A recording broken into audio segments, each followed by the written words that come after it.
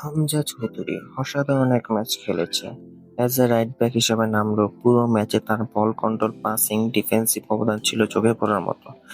Performance highlights যদি করতে যাই সেক্ষেত্রে তিনি ৮৩ মিনিট খেলেছে, তার মধ্যে সঠিক একুরেট পাস দিয়েছে ৬৬টার মধ্যে ৫৫টা।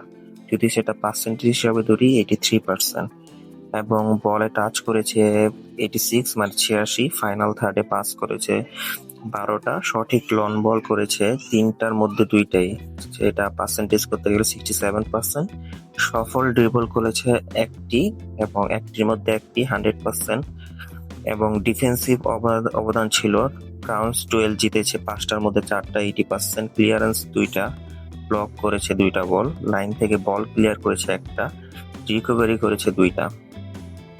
ম্যাচে গোল বা অ্যাসিস্ট না থাকলেও তার দৃঢ় ডিফেন্স, বল কিপিং এবং সঠিক পাসই প্রমাণ করেছে কেন তিনি দলের নির্ভরযোগ্য মিডফিল্ডার বা ডিফেন্ডার। 7.9 রেটিং তার কার্যকর ভূমিকার সাক্ষ্য দিচ্ছে।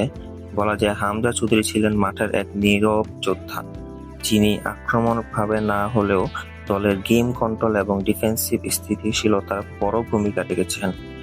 এবং যদি হামজা চৌধুরী সম্পর্কে আরেকটা বলি, হামজা চৌধুরী কিন্তু এখন এই অ্যাজ এ রাইট ব্যাক হিসাবে খেললো, বল অ্যাসিস্ট বা গোল করতে সাহায্য করার জন্য অনেক সময় সে উপরে উঠে দলকে সাহায্য করছে।